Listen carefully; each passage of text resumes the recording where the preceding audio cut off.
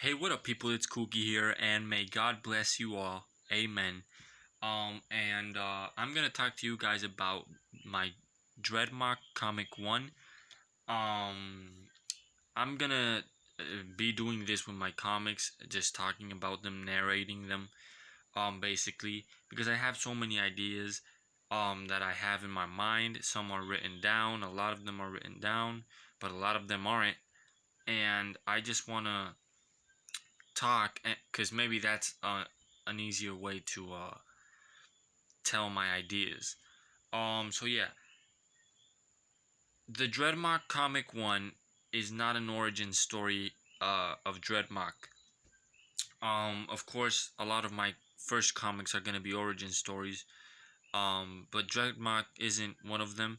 Um, the second comic is an origin story, but the first comic it's different. The first comic starts off with DreadMock, whose alter ego, who's his without a mask, without a uniform costume. Um, his name is Len. So, he basically finishes a test, in college because he's in college. Um, and just comes out of the classroom. And he finds this girl that goes up to him and tells him basically that she knows that he's intelligent in math, um and she would like him to help her for her upcoming test. And Dreadmock couldn't believe that a girl was talking to her because um no girl talks to him. He's not really popular like that. um and he says like, yeah, sure, like I'm gonna tutor you so you get your A on your test. And he was excited and all that. There was kind of some awkward moments in that conversation.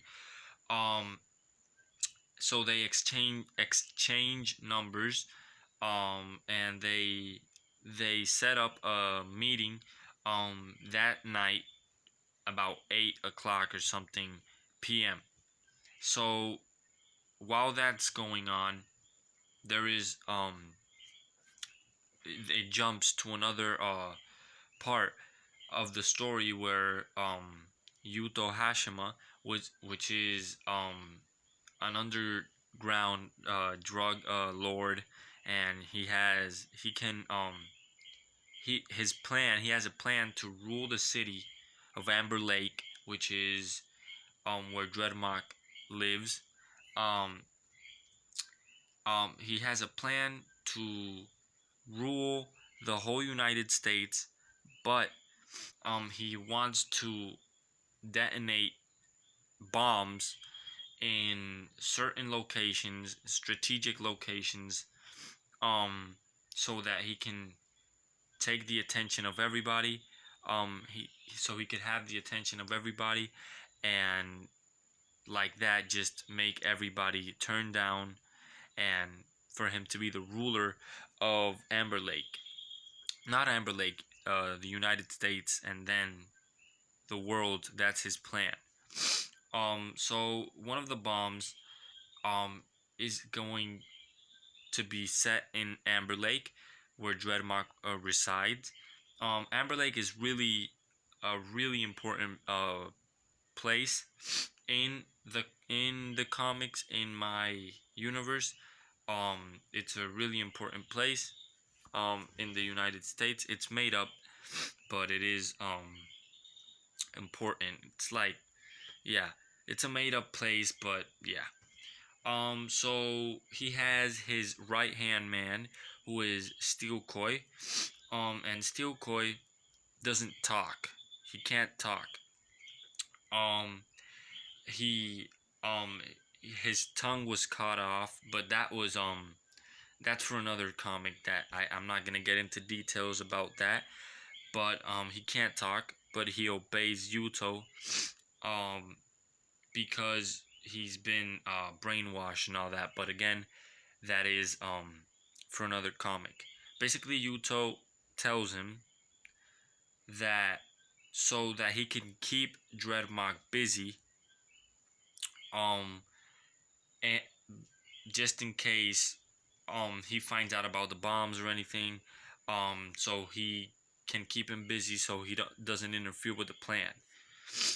So Steel Koi agrees, and then we skip to DreadMock. At night, he's ready for his night shift, but he thinks it's gonna be an easy shift. He doesn't think it's gonna be too uh like hectic because it's a Wednesday night. He was like, it's a Wednesday night. He has a date with a girl, and he wants to get there. And the girl, meanwhile, she's getting ready, getting her house ready, so that you know it looks decent when Len gets to her house. So DreadMock, he's plans on having a quick shift, just a quick look around the neighborhood, the streets, and so that he could go to her house. So as he's thinking this, a robbery starts occurring on a bank, and he sees it, and they set off the alarm. The robbers set off the alarm, and DreadMock sees them.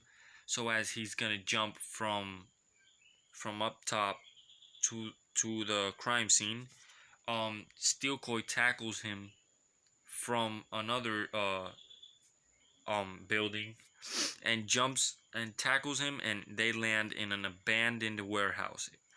I do this because you'll get it later on, not in this video but in another explanation of my comics. They land on an abandoned warehouse, and they start beating the crap out of each other.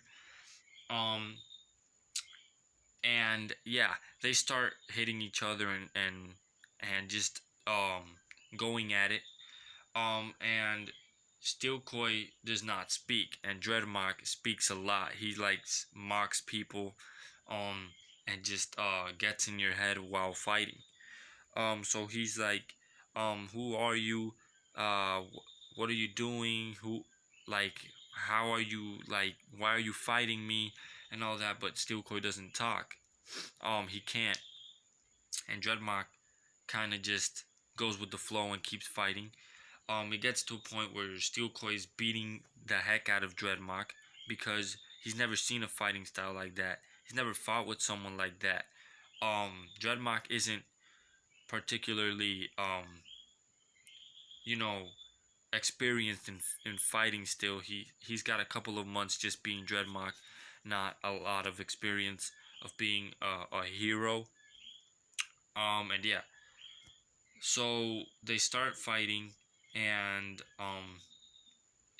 a call, I mean, not a call, but the police become aware of the situation, of the fight that's going down and all that, and they go to the warehouse, but they don't go in because um basically the police have like trust DreadMock. Like, DreadMock doesn't really work for the police, but they are basically allies, and the police know that they could trust him, so they don't interfere and let DreadMock handle the situation. And but they're ready to just start firing at any moment. Even one police says, "Should we fire?" And the other police says, "No.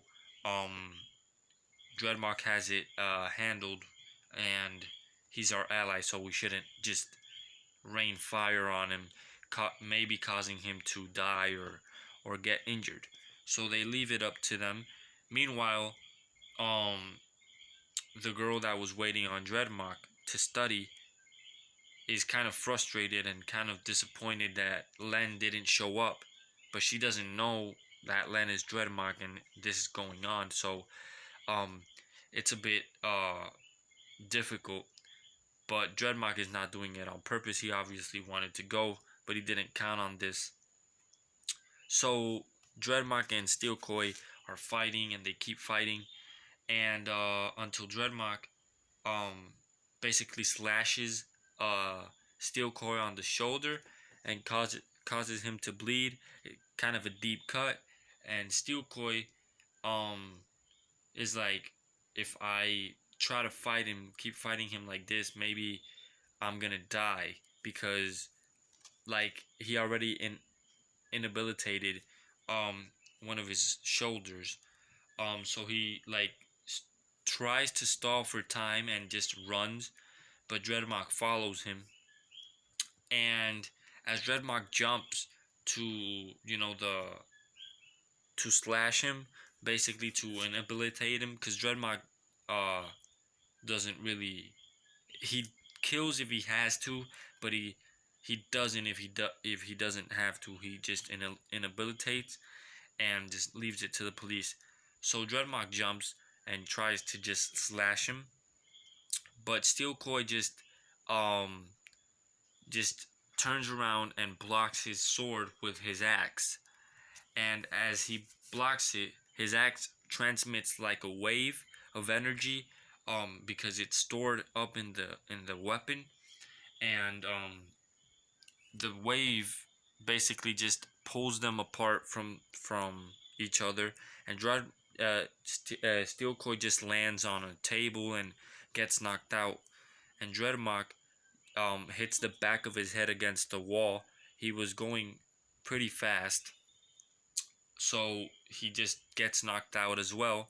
And the police sees this happen. They're like, what the heck just happened? So all this goes down, and that's basically the finale of the comic. um but before the comic ends, um the clock, basically the bomb timer, is shown. And it shows 27 hours with 11 minutes, something like that. It's what it shows. And that's the finale of the first comic. Basically, DreadMock is knocked out, Steel Koi is knocked out. We don't know how much DreadMock's gonna be knocked out, if he's gonna be able to deal with the bomb. um and yeah, that's basically how it finishes. That's DreadMock number 1. If you guys liked DreadMock number 1, tell me that down below. If you guys are excited, maybe not excited, maybe if you guys like it, if you guys would like me to keep doing these kinds of things and talking about my comics, DreadMock number 2, and different heroes that I have comics of, number 1 of those heroes. Let me know if you guys want to hear that. And yeah, if you guys enjoyed this video, share, like, subscribe if you guys want. Have a good day and night. God bless. Peace.